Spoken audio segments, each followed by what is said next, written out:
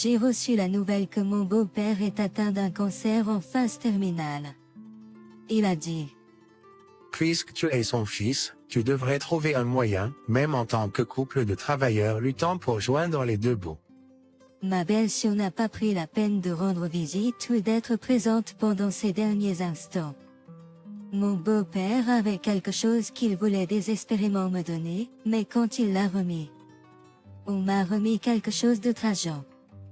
De plus, mon beau-père a dit ceci, il y a une chose de plus que je te cachais.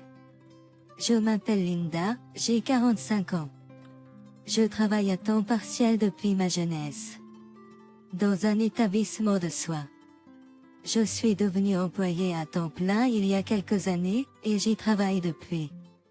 Jean et moi nous sommes rapprochés après qu'il a reçu des conseils pendant ses premiers jours, et nous nous sommes finalement mariés après une romance au bureau. Notre seul fils est maintenant étudiant à l'université et vit seul. Il est devenu indépendant, et je me suis entièrement consacrée à mon travail maintenant. Ma belle-mère est décédée il y a quelques années d'un cancer. Puis, un jour, nous avons appris que mon beau-père avait également un cancer en phase terminale, qui était inopérable. Je me demande si notre famille a une prédisposition au cancer. Je devrais aussi faire attention. J'ai écouté James murmurer comme ça, et nous nous sommes dirigés vers l'hôpital. Attends, oui m'assure. Sérieusement? Encore? Nous avons retrouvé mon beau-père et sommes entrés dans la salle d'examen pour entendre ce que le médecin avait à dire. Même si ma belle-sœur Karen avait été informée à l'avance par James et moi, ce jour-là, elle ne s'est pas présentée pour la discussion avec le médecin. Lorsque nous avons vérifié plus tard, nous avons découvert que Karen avait en fait répondu au message. Pourquoi dois-je aller entendre de telles choses? Laisse ta sœur tranquille. Cela ne sert à rien de lui dire quoi que ce soit. Pourtant, ton beau-père est important. Peut-être que ta belle-sœur ne comprend pas pleinement la situation. Ce jour-là, elle ne s'est pas présentée pour la discussion avec le médecin. Non, c'est gênant que tu arrives comme ça tout d'un coup. Mais Karen ne m'a pas laissé entrer dans la maison. Comprenez-vous la raison de ma visite? Si c'est le cas, au moins écoutez ce que j'ai à dire. Peut-être que c'était son jour de congé aujourd'hui, mais j'ai pu entendre la voix du mari de Karen derrière elle disant « Renvoie rapidement cette personne ». Ennuyeux. Malgré la désagréable attitude de Karen et de son mari. J'ai commencé à parler de la maladie de mon beau-père devant l'entrée. S'il s'agit de ça. Je l'ai déjà entendu au téléphone. Était-il nécessaire de venir ici pour me le dire en personne? Les paroles de Karen ont touché un nerf. J'avais l'intention de laisser l'affaire à Jean puisque c'était à propos de mes beaux-parents, mais avec la combinaison de son attitude, je n'ai pas pu m'empêcher de réagir. Tes paroles sont quelque chose, compte tenu que tu peux dire ça à tes propres parents dans une situation difficile. Je ne veux pas m'en occuper. Tu as travaillé dans les soins, n'est-ce pas? Tu n'es pas adapté. Fais de ton mieux en tant que couple à double revenu en difficulté. Malgré ma persévérance et ma supplique pour au moins un peu d'aide de sa part, elle n'a pas bronché. Résignée. Je suis rentrée chez moi. Takeo. Rappelle-toi qu'il ne reste pas beaucoup de temps pour mon père. Karine est une femme au foyer à plein temps, donc nous avions prévu de compter sur elle pour les soins de jour. Alors que je trouvais de la satisfaction dans mon travail. J'ai hésité à démissionner car cela signifiait renoncer à quelque chose de précieux. Cependant, avec le refus de Karine de prendre en charge les soins, cette option devenait précaire. Cette nuit-là, je me suis retrouvée à en discuter à nouveau avec Jean. Si Karine et les autres ne veulent pas participer aux soins, cela signifie que nous, en tant que couple, devons nous en occuper nous-mêmes, n'est-ce pas? J'ai implicitement fait part à Jean de mon intention de prendre les tours et de participer aux soins. Puis les yeux de Jean ont erré, et il a dit, Linda. Je suis désolé. Je n'ai pas l'intention de te charger des soins de mon père, mais si je suis aussi complètement occupé par cela, nous serons en danger financier. Je soutiens financièrement notre foyer, alors ne pouvons-nous pas trouver un moyen de compter sur d'autres? Suggères-tu que je devrais abandonner mon emploi pour devenir employé à temps plein? Que je devrais abandonner mon emploi pour devenir employé à temps plein. Abandonner mon emploi? Que j'ai travaillé si dur pour devenir employé à temps plein. Je suis désolé. Avec la déclaration de Jean. J'ai enfin pris ma décision. Compris. Je peux toujours retourner travailler. Mais le temps avec mon beau-père est déjà limité, n'est-ce pas? Laisse-moi m'occuper de mon beau-père. Le lendemain, j'ai expliqué la situation à mon patron et proposé de démissionner à la fin de ce mois. Le problème n'était pas seulement les soins. Nous avons pris en charge les responsabilités des soins, et cela nous a mis dans une impasse financière. Mon beau-père n'avait qu'une couverture d'assurance minimale et ne pouvait pas couvrir les dépenses diverses. Je ne peux pas compter sur Karine dans cet état. Mais mon beau-père m'a souvent exprimé sa gratitude. Au contraire, c'est moi, la belle-fille, qui devrais s'excuser. N'hésitez pas à me dire quoi que ce soit. Quand j'ai dit cela, mon beau-père a montré une expression soulagée. Le premier jour des soins, j'ai lu un livre et lui ai donné un CD pour mon beau-père amateur de lecture. À partir de ce jour-là, je ferai les tâches ménagères tous les jours et je conduirai à l'hôpital, ce qui prenait 30 minutes. J'en viendrai également à l'hôpital tous les jours après le travail pour vérifier l'état de santé de mon beau-père. Mon beau-père n'a jamais montré de signe de lutte contre son traitement. Cependant, avec le temps, son état s'est détérioré et il a dû commencer à prendre ses repas par une sonde. Et, sûr. Papa n'a plus beaucoup de temps, vraiment. Tu ne peux pas venir le voir, même juste un instant. Ne dis pas de bêtises. Quel est l'intérêt de s'impliquer avec quelqu'un qui va mourir? Juste parce que je suis femme au foyer ne signifie pas que je n'ai rien à faire. Jean a essayé de transmettre la condition de mon beau-père à Karine plusieurs fois, demandant si elle pouvait venir le visiter, mais il a été refusé. Finalement, Jean a commencé à finir tôt le travail pour venir à l'hôpital. J'ai essayé de créer du temps pour que Jean et mon beau-père soient seuls ensemble, alors nous passions nos journées à tuer le temps à la boutique de l'hôpital quand Jean était là. Mon beau-père m'a dit quelque chose. Un jour, quand nous sommes rentrés de la boutique, mon beau-père m'a dit quelque chose. Linda, merci toujours. Bien que cela puisse être petit. Je veux que tu sois la bénéficiaire de mon assurance. Parlons-en une autre fois. Beau-père, cela doit être difficile pour toi de parler, parlons-en une autre fois. Maintenant. Je me sens un peu soulagée. En fait, je voulais en parler maintenant. C'était à ce moment-là que mon beau-père a prononcé ces mots. À ce timing très calculé. La porte de la chambre d'hôpital s'est ouverte brutalement, et Karine est entrée. Attends une minute. Je ne peux pas permettre à quelqu'un d'autre d'être le bénéficiaire de l'assurance. Je ne le permettrai absolument pas. D'accord. Puis-je laisser seulement cette assurance à Karine alors? Plus facilement que je ne l'avais prévu, mon beau-père a cédé aux paroles de Karine. Je n'étais pas là pour l'argent, mais honnêtement, je pensais que Karine était audacieuse. Cependant, à part l'argent de l'assurance, donnons tout le reste à toi et James en tant que couple. Si Karine promet qu'elle ne fera rien pour toi et James en échange de recevoir l'argent de l'assurance, alors c'est bien. Que dis-tu? C'est plus que suffisant. D'ailleurs, il n'y a de toute façon pas d'autre propriété substantielle. Karine, qui était censée être venue rendre visite, a laissé ses mots derrière elle et est rapidement rentrée chez elle. Alors que je regardais le dos de Karine alors qu'elle partait, Je ne pouvais m'empêcher de me sentir perplexe et déconcerté quant à la raison pour laquelle elle était venue rendre visite à ce moment-là. De manière étrange. Alors que James était compréhensible, il était surprenant de voir mon beau-père rire si innocemment. C'était quelque peu inattendu, Karine y a complètement cru. a dit James. Je lui ai dit qu'il y avait une affaire importante de la part de père, et je t'ai contacté à l'avance, sûr. Karine, eh bien, elle n'est même pas venue lorsque notre mère était gravement malade. C'est une fille encombrante.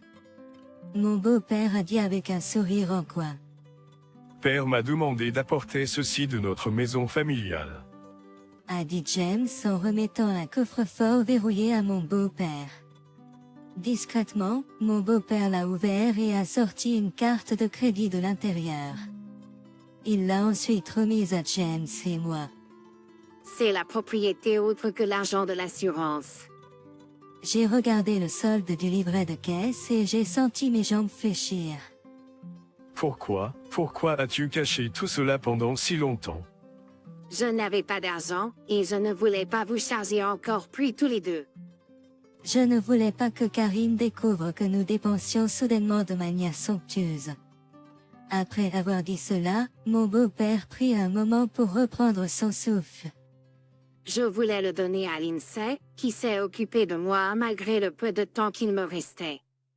Bien sûr, puisqu'il est l'aîné. J'avais toujours prévu de le lui transmettre dès le début. Lindsay, merci beaucoup d'avoir été avec moi. Alors que j'écoutais les paroles sincères de gratitude de mon beau-père, mes yeux se remplirent de larmes. Nous n'avions aucune raison de refuser, donc nous avons accepté le carnet de dépôt de sa part. Peu après, l'état de santé de mon beau-père s'est encore détérioré. Nous avons informé Karine, mais elle n'est jamais venue nous rendre visite.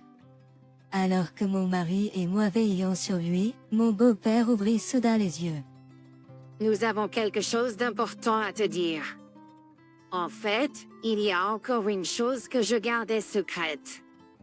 Déterminés à ne pas manquer les derniers mots de mon beau-père, nous nous sommes approchés de lui de près. En vérité, mon père était un écrivain célèbre. Je suis né hors mariage, donc personne ne le sait. Peu à peu, dans les paroles de mon beau-père, il y avait un souffle calme et tendu. Mon père écrivain m'a laissé une fortune considérable. Mon beau-père rassembla ses dernières forces et me remit un morceau de papier. Sur ce papier, une adresse inconnue était écrite. Cependant, il était évident qu'il s'agissait d'une ville où résidaient des gens fortunés. Ils t'accueilleront sûrement. Avec ces mots, mon beau-père ferma lentement les yeux et s'endormit paisiblement. Jusqu'à la fin.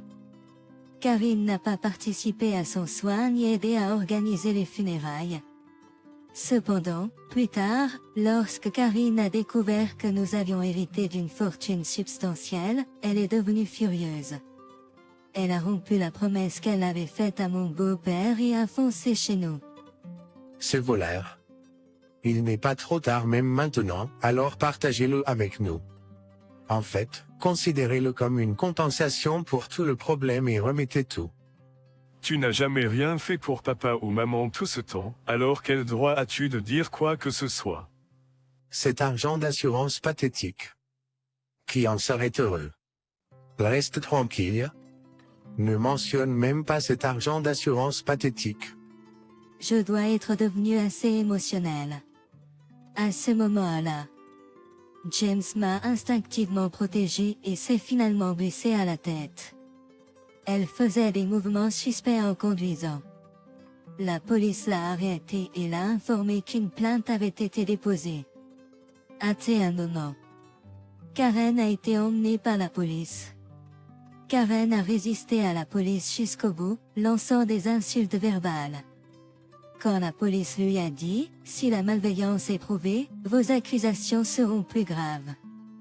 Karen s'est finalement calmée.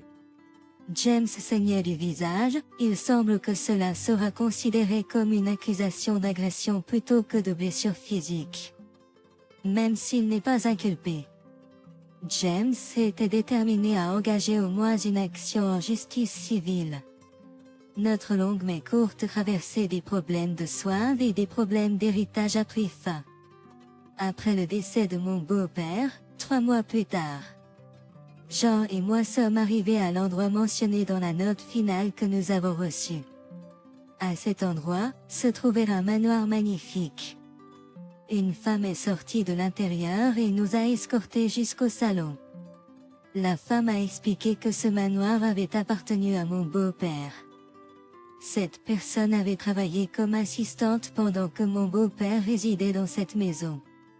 Elle a été chargée de la gestion du manoir de manière régulière. Après nous avoir fait visiter la maison, l'assistante a dit « Ceci vient de votre beau-père ». On dirait quelque chose sorti d'un drame, n'est-ce pas? Lorsque nous avons ouvert l'enveloppe, à l'intérieur se trouvait une lettre. La lettre était composée d'environ 2 pages et pour résumer son contenu, elle indiquait que nous étions libres de faire ce que nous voulions de ce manoir. Si Karen venait à découvrir cela, nous étions incertains de ce qu'elle pourrait faire, nous nous sommes donc engagés fermement à garder cela secret pour Karen. Après cela, je suis retourné au travail. Peut-être en raison du manque de personnel soignant. J'ai été étonnamment bien accueilli par mes collègues, ce qui me rend heureux. Quant à cette maison, nous n'avons actuellement aucun projet de l'utiliser comme résidence. Nous avons l'intention de la chérir comme de précieux souvenirs avec mon beau-père et de la protéger ensemble. Anne, as-tu envoyé l'allocation de $1500? Quand je suis allée à l'appartement, ma mère était dans un état terrible. Le visage de Daniel est devenu rouge, révélant sa colère. Il était habituellement calme, donc je ne pouvais cacher ma surprise. Nous n'avons pas d'argent, l'électricité et l'eau ont été coupées. Elle a dit qu'elle ne voulait pas me faire de soucis, alors elle est restée silencieuse. Anne, qu'est-il arrivé aux $1500? Dis-moi la vérité. Mon mari. Daniel semblait préoccupé par sa mère et ne pensait pas clairement. Il semblait que sa mère n'avait pas mangé non plus et avait l'air épuisée. Cependant, je ne pouvais pas y croire, et j'ai dit à Daniel. As-tu regardé le carnet de ta mère? Tu comprendras tout si tu le vois. J'ai montré le carnet de la banque à mon mari, et il s'est mis à trembler. Quoi? Que se passe-t-il? Est-il possible que ma mère? Impossible, ça ne peut pas être. Je m'appelle Anne. Je travaille dans une maison d'édition. Depuis que j'ai rejoint en tant que nouvelle employée, on m'a regardé de haut pour être une femme. J'étais déterminée à ne pas perdre face aux hommes et je travaillais désespérément, sans relâche. Ce n'est qu'à l'âge de 38 ans que j'ai enfin eu un projet qui m'était propre. Tandis que mes subordonnés se mariaient et partaient les uns après les autres. Je me vantais, je vis pour mon travail. J'aimais mon travail, et cela me procurait un sentiment d'accomplissement. Dans ma jeunesse, je disais que je voulais me marier avant l'âge de 40 ans, mais honnêtement, cela n'avait plus d'importance pour moi. J'avais mon travail. Chaque fois que j'assistais au mariage de mon entourage, je me rappelais cela. D'abord, je me suis concentrée sur ma carrière, et c'était douloureusement dépourvu de rencontres romantiques. Chaque jour, c'était juste des allers-retours entre la maison et le bureau. Je commençais ma journée tôt, en prenant une tasse de café au bureau, et je rentrais tard chez moi après des heures supplémentaires, quand il faisait déjà nuit noire dehors. Mais une fois rentré chez moi, changé de mon costume en vêtements confortables, et profitant de cette sensation de fraîcheur. Une sensation de fraîcheur tout en sirotant une bière. J'ai commencé à me demander, à quoi vaut le mariage de toute façon. Pendant ce temps, j'ai rencontré un partenaire commercial nommé Daniel. Nous avons été affectés à travailler sur un projet ensemble. Daniel était incroyablement compétent, et je le respectais. Voudrais-tu prendre un repas ensemble? Oui, absolument. Même pendant nos repas, les sujets de travail dominaient nos conversations. Nous avons commencé à nous demander conseil mutuellement et avons peu à peu commencé à prendre des repas ensemble à plusieurs reprises. Initialement, nos discussions tournaient autour du travail mais se sont naturellement déplacées vers des discussions sur nos familles. Nous avons parlé de nos mères, de nos pères et de l'environnement qui nous entoure. J'ai appris que les parents de Daniel ont divorcé lorsqu'il était jeune et que sa mère l'a élevé seule. Sa mère avait apparemment des aspirations de devenir actrice ou mannequin dans le passé. Avant que je m'en rende compte, je me suis retrouvée à partager sur le divorce de mes parents et comment mon père m'a élevée seule. Je ne veux plus être un fardeau pour ma mère, qui m'a soutenu même pendant l'université, avec des problèmes financiers. Je comprends. Je ressens la même chose.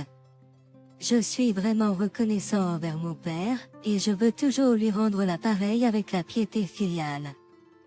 Peut-être parce que nos situations étaient similaires, ou peut-être à cause de la gentillesse et de la nature bonne de Dan. J'ai commencé à ouvrir mon cœur. Dan m'a aussi partagé autre chose. Ma mère a traversé une période de détresse émotionnelle profonde lorsqu'elle a accumulé une somme importante de dettes. Elle a encore des dettes en suspens, et nous les remboursons ensemble. La mère de Dan est tombée victime d'une escroquerie. Elle a été trompée et a perdu une grosse somme d'argent. Dan l'a appris et lui verse une allocation mensuelle de $1000 depuis. Sa gentillesse m'a profondément aimé. Pour de jeunes professionnels, $1000 est une somme importante d'argent. Le fait qu'il envoie cela à sa mère chaque mois m'a laissé dans l'admiration. Je ne voulais plus non plus être un fardeau pour mon père. J'ai fortement ressenti le besoin de lui rendre et de lui montrer que j'étais une bonne personne. Et de lui montrer ma gratitude. Laisse-moi t'aider. Vrai. C'était une remarque spontanée motivée par les émotions. C'était peut-être une proposition totalement à l'opposé. Peut-être à cause de notre âge. Cependant, tous les deux étant occupés par le travail. Mais mes paroles semblent avoir touché une corde sensible chez Dan. Je viens d'arriver. Elle a dit qu'elle ne voulait pas me faire de soucis, donc elle est restée silencieuse. Anne, qu'est-il arrivé aux $1500? Mon mari. Dan semblait préoccupé par sa mère et ne pensait pas clairement. Il semblait que sa mère n'avait pas non plus mangé et avait l'air épuisée. Cependant, je ne pouvais pas le croire et j'ai dit à Dan, as-tu regardé le carnet de banque de ta mère? Tu comprendras tout si tu le vois. Toi? Qu'est-ce qui se passe? Est-il possible que ma mère? Pas possible, ça ne peut pas être. Comme le carnet de banque portait la trace du transfert de $1500, il était évident que j'avais envoyé l'argent de poche correctement. Cependant, il y avait aussi des enregistrements dans le carnet de banque, et Dan semblait réaliser la gravité de la situation. Il était compréhensible qu'il soit bouleversé. J'avais aussi récemment découvert quelque chose, et quand je l'ai vu pour la première fois, j'ai été profondément choqué. Mais nous étions loin de nous douter que nous allions affronter un choc encore plus grand. Tout a commencé par un appel téléphonique. La personne à l'autre bout du fil était mon père. Il m'appelait de temps en temps pour prendre de mes nouvelles, et lors de cet appel téléphonique. Au fait, récemment, j'ai vu la mère de Dan. En entendant les paroles de mon père, j'ai senti un frisson me parcourir l'échine. Tu connais cet immeuble d'appartements de luxe près de la gare? J'ai vu la mère de Dan en sortir.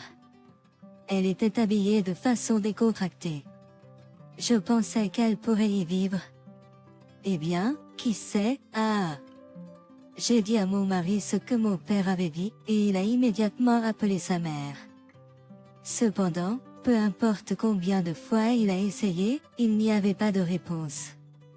Le lendemain matin, mon mari et moi sommes allés à l'immeuble que mon père avait mentionné. Il semblait avoir plus de 20 étages, un immeuble ultra haut de gamme, avec des sols en marbre dans tous les couloirs. Cela semblait indéniablement luxueux. Alors que nous attendions là-bas pendant un moment, étonnamment, sa mère est sortie de là. Elle fredonnait une chanson et sautillait. Ce n'était pas l'apparence habituelle de ma belle-mère. Ce n'était pas l'apparence habituelle de ma belle-mère, qui s'habillait habituellement modestement. Elle aspirait à être actrice ou mannequin, et là se tenait une femme vraiment belle. Mon mari a été le premier à se précipiter en avant. Maman. Je l'ai suivi. Quand Chérie a vu le visage de Dan, elle a commencé à s'enfuir. Maman, que fais-tu là? Pourquoi es-tu sorti de cet immeuble? Il l'a confrontée à des questions, mais Chérie est restée silencieuse, refusant de rencontrer son regard. Mon mari a continué à la presser, sa prise sur son bras se resserrant. Aïe, ça fait mal. Je ne m'enfuirai plus. S'il te plaît, lâche mon bras. Sous la forte persuasion de mon mari, ma belle-mère a commencé à parler à contre-cœur. Je vis ici. C'est chez moi. La belle-mère a montré du doigt l'immeuble d'appartements de luxe, confirmant que c'était bien sa résidence. Que veux-tu dire? Mon mari était encore plus confus, sa voix montant involontairement. Alors que je jetais d'un coup d'œil autour de moi. J'ai remarqué que les gens en déplacement nous regardaient curieusement, à cause du tumulte et de la proximité de la gare. Pourrions-nous entrer pour l'instant? Et puis, s'il vous plaît, racontez-nous tout calmement. Nous aimerions entendre votre explication. Elwood et Daniel étaient dans un état de panique. C'était vraiment un appartement luxueux, avec de nombreuses pièces, une grande télévision et un grand canapé. C'était bien mieux que notre propre maison. Maman, pouvez-vous expliquer clairement ce qui se passe? C'était un mensonge, c'était un mensonge. Dan leva les yeux vers le plafond et prit une grande inspiration, essayant désespérément de se retenir de crier. Quelle partie était un mensonge? J'ai vraiment été victime d'une fraude. C'était terrible, ils ont pris tout mon argent. Il semblait que son expérience passée de tomber victime d'une escroquerie était en effet vraie. Cependant, le problème a commencé à partir de là.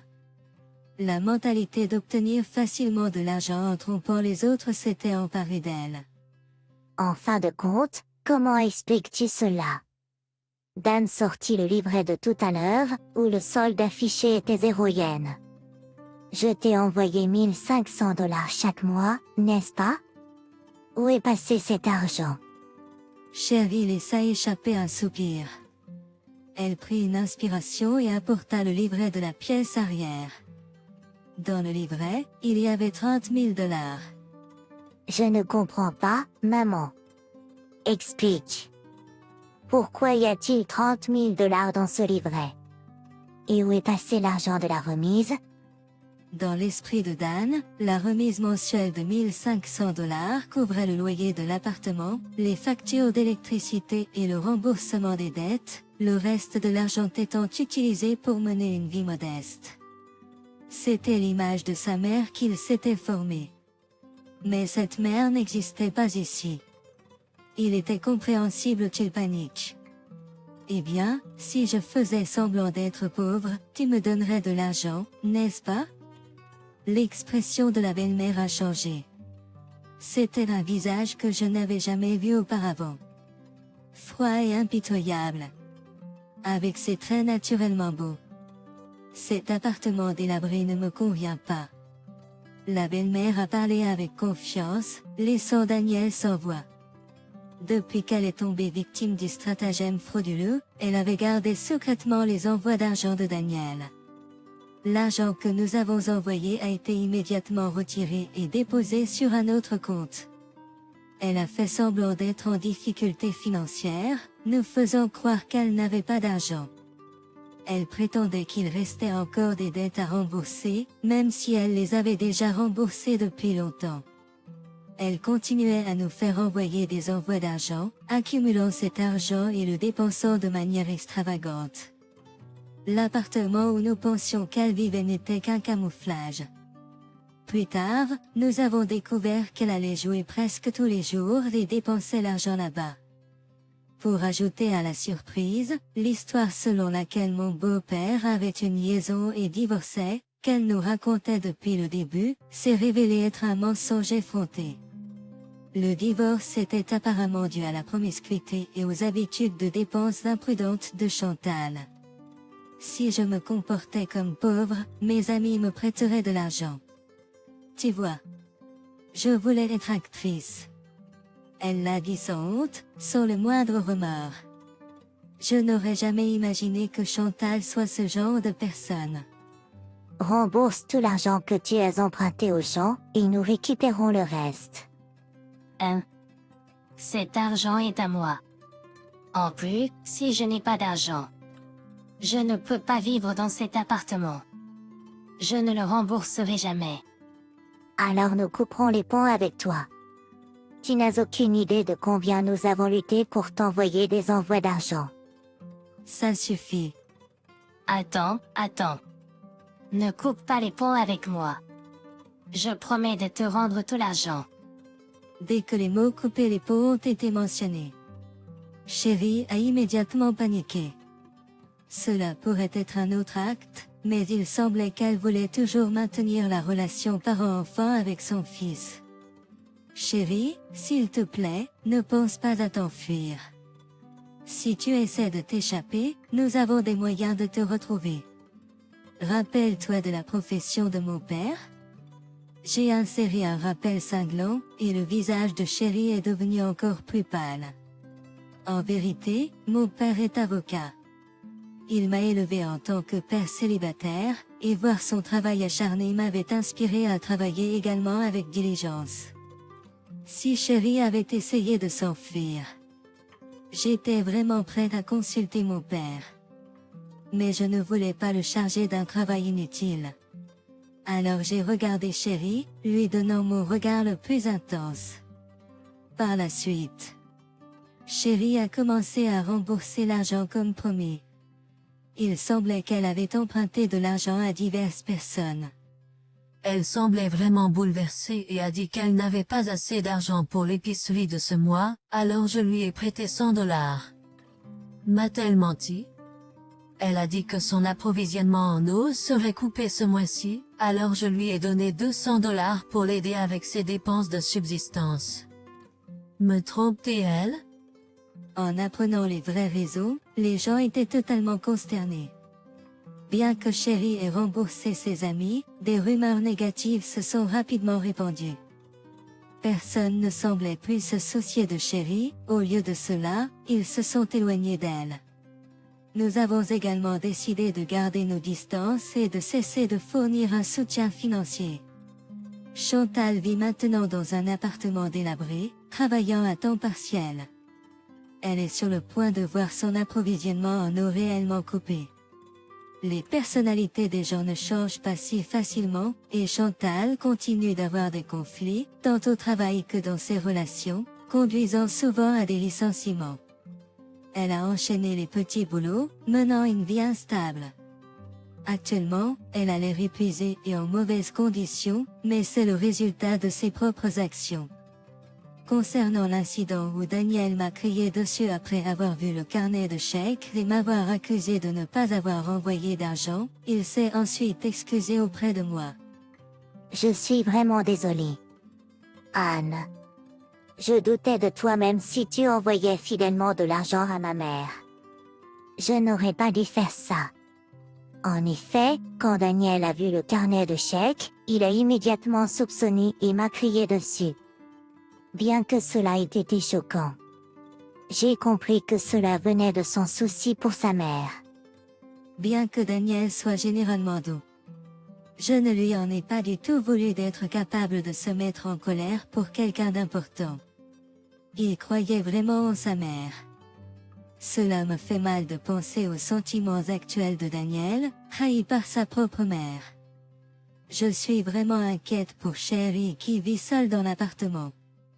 Cependant, pour le bien de Chérie également, nous avions décidé d'observer de loin pendant un certain temps. Et nous sommes revenus à notre vie normale. Les 1500 $ que j'avais l'habitude d'envoyer en soutien se sont transformés en économies, comme je l'avais espéré, pour rembourser mon père et pour l'avenir de notre enfant.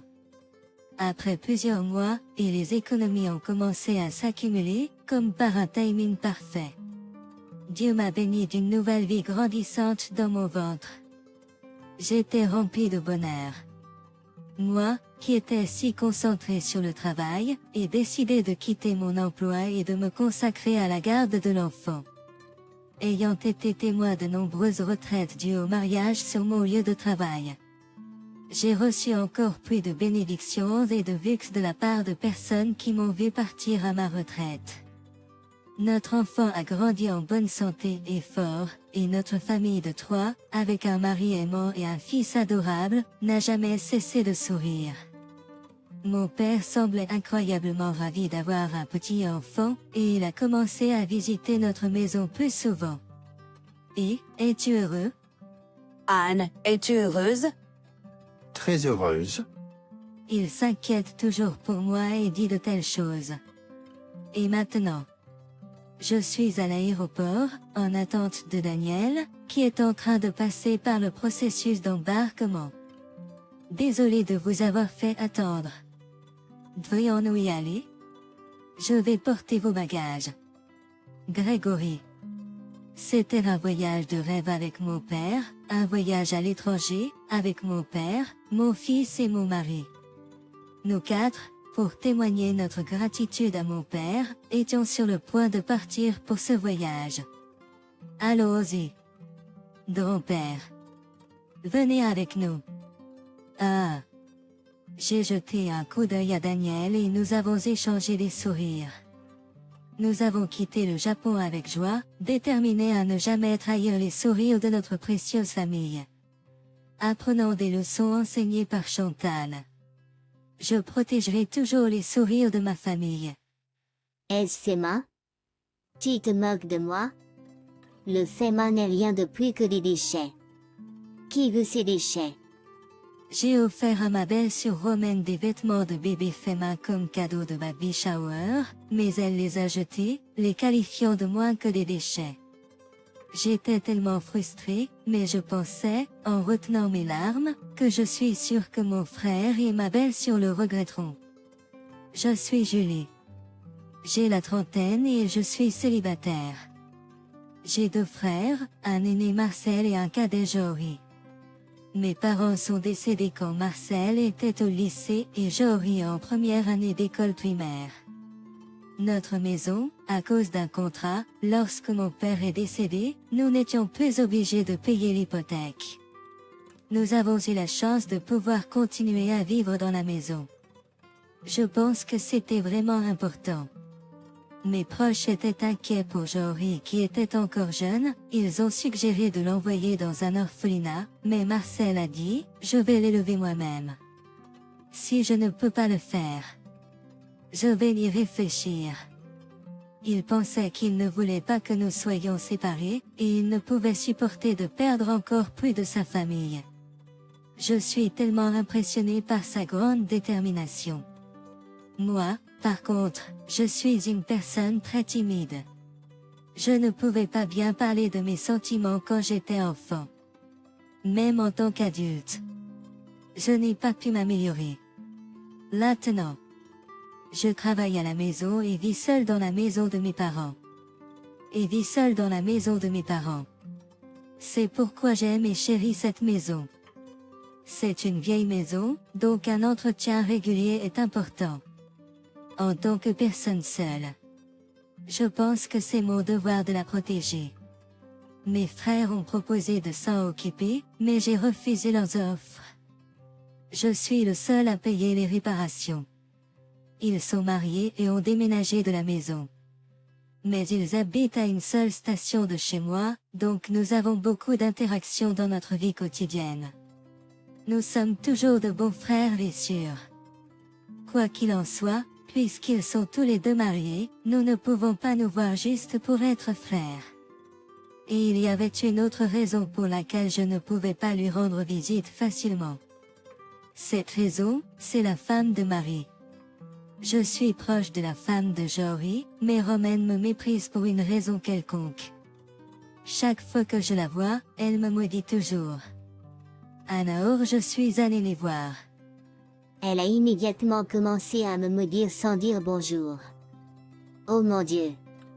Je n'arrive pas à croire que tu t'es donné tout ce mal pour venir jusqu'à chez nous pour livrer une telle lettre. Tu dois avoir beaucoup de temps libre. Quand elle a ouvert la porte, je ne pourrais vraiment pas m'entendre avec elle. Non, cela ne signifie pas que j'ai beaucoup de temps, mais je travaille à la maison. J'ai essayé de résister d'une manière ou d'une autre. Toi? Je ne sais pas de quoi tu parles. Je ne t'entends pas. Tu me rends fou. Elle a dit, des bijoux qui ont l'air chers exprès. Cela t'importe? Eh bien, tu ne peux pas te le permettre, n'est-ce pas? Je suis allée voir Karine l'autre jour. Contrairement à toi. Karine, elle connaît mon sens du style. Elle est juste comme moi, elle sait ce qui est à la mode et ce qui ne l'est pas. Karine est la femme de Jean. Karine s'entend bien avec moi et elle. Elle travaille dans un magasin de vêtements. C'est une marque de luxe, donc elle aime ça. Rose n'a pas de travail. Ses bijoux sont payés par le travail acharné de Marcel, mais il est économe. Il n'aime pas les choses chères. Moi non plus. Ce n'est pas que nous n'avons pas l'argent pour se le permettre. C'est une question de goût. Et pourtant, elle porte des vêtements et des bijoux de marque de luxe. Ce n'est pas mon affaire, mais je suis indépendant et je ne l'ai jamais dérangé du tout. Alors pourquoi dois-je être autant moqué si souvent? Je n'avais vraiment aucune idée. Mais mon frère était amoureux de sa belle épouse. Quand ils se sont mariés, je suis tellement heureux que ma belle petite amie, qui est hors de ma ligue, m'ait choisi. Il a dit si joyeusement.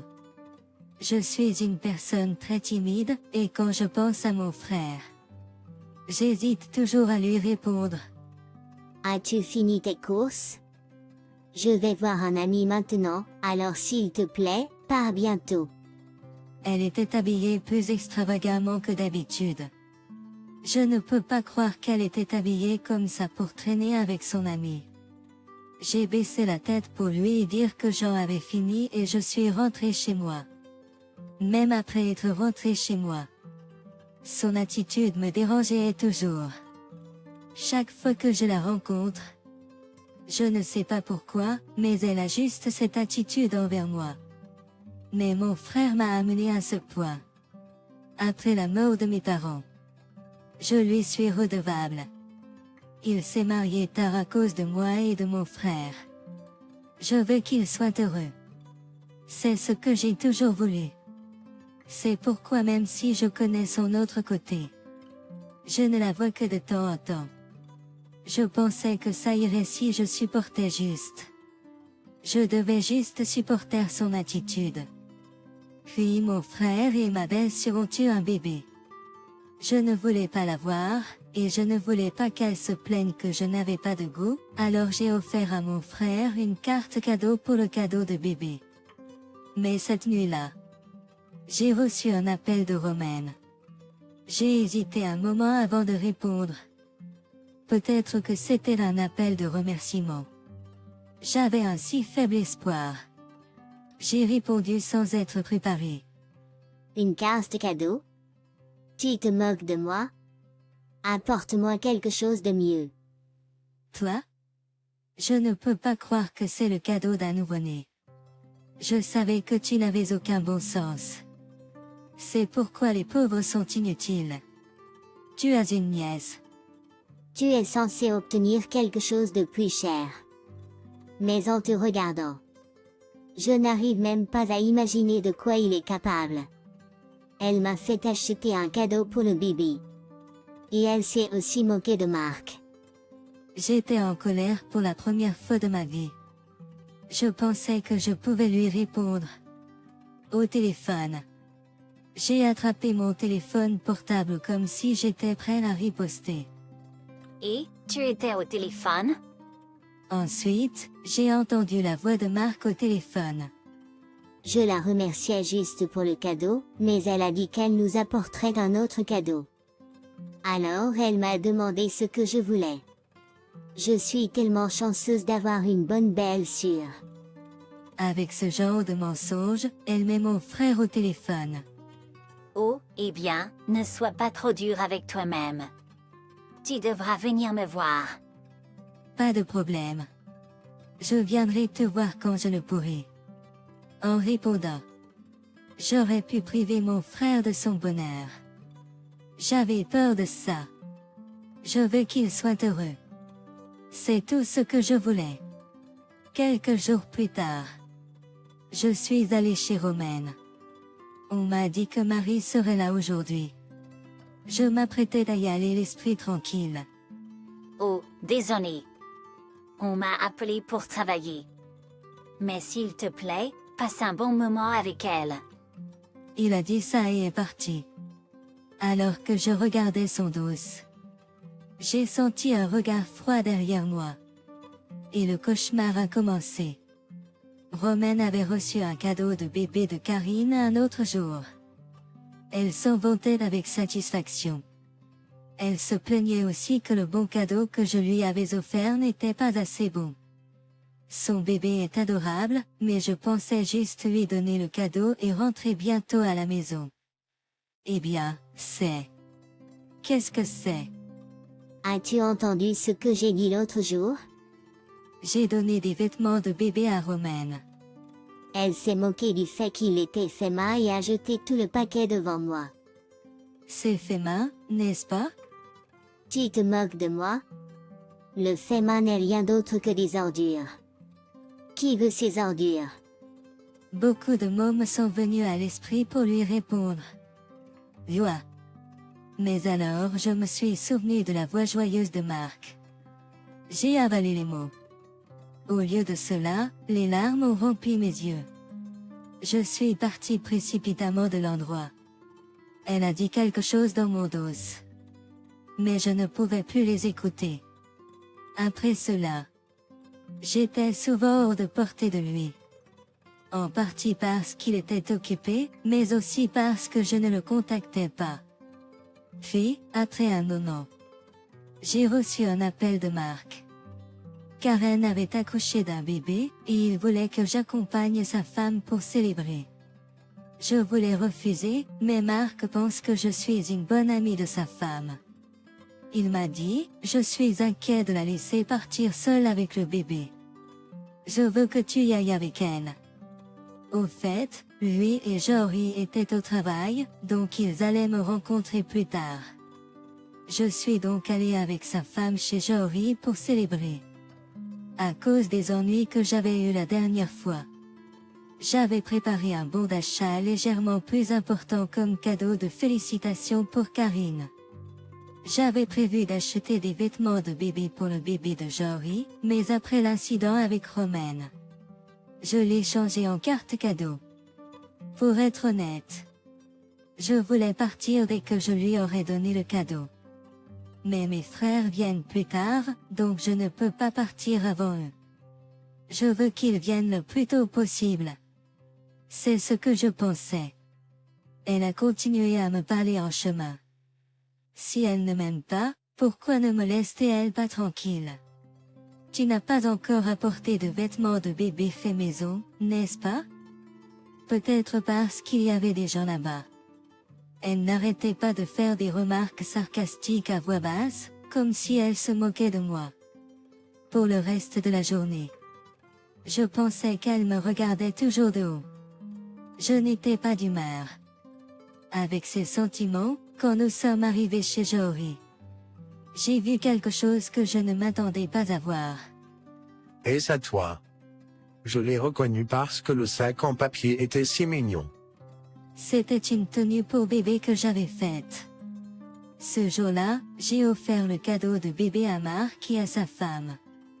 Elle les a également visités pour récupérer quelque chose qu'elle avait laissé derrière elle. Elle l'a ramené sans réfléchir. Elle a pensé à demander la permission à mon frère et à ma belle-sœur.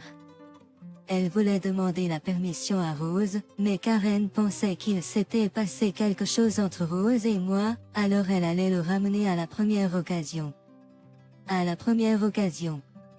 J'ai été surpris de voir les vêtements de bébé que Karen avait apportés. Romaine, en revanche, a été surprise de voir que Karen avait apporté des vêtements de bébé de chez Rose. Que fais-tu avec toutes ces babioles? Je lui ai demandé, et comme d'habitude, elle m'a regardé comme si j'étais un idiot.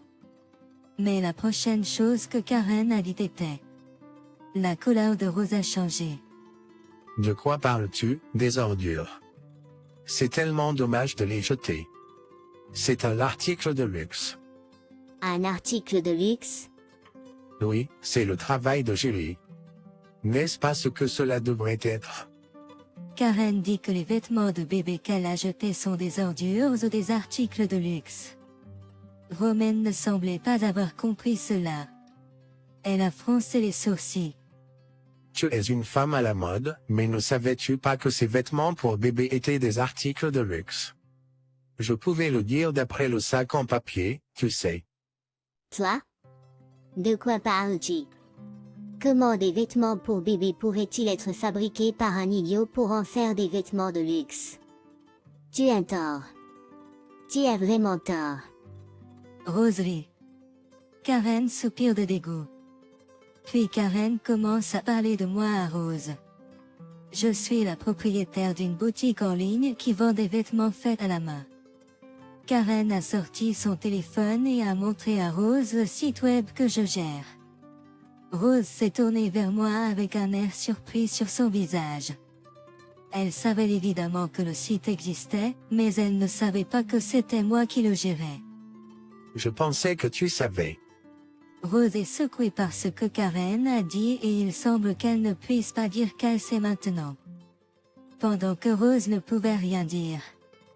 Karen s'est tournée vers moi et a dit: j'ai entendu dire que Rose ne voulait pas ses vêtements pour bébé, alors je me demandais si je pouvais les avoir.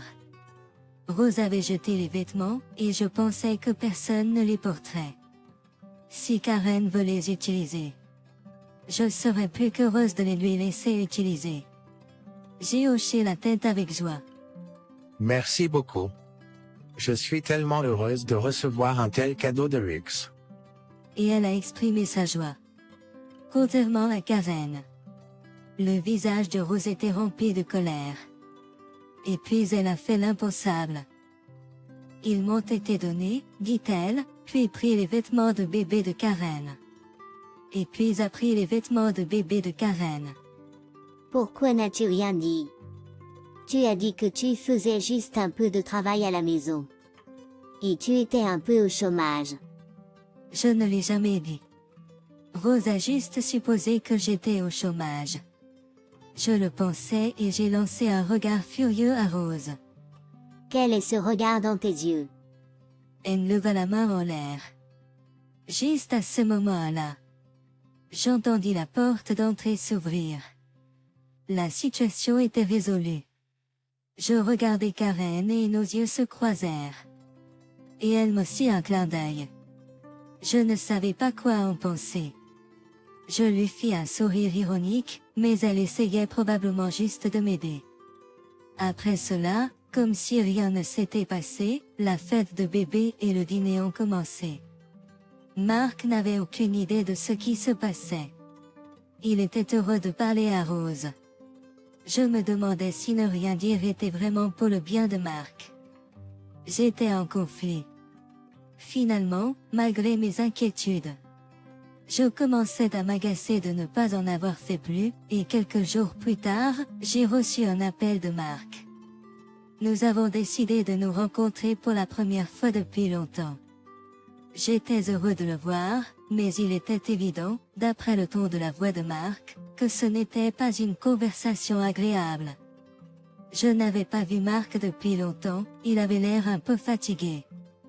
Dès que je l'ai vu, j'ai demandé, ça va?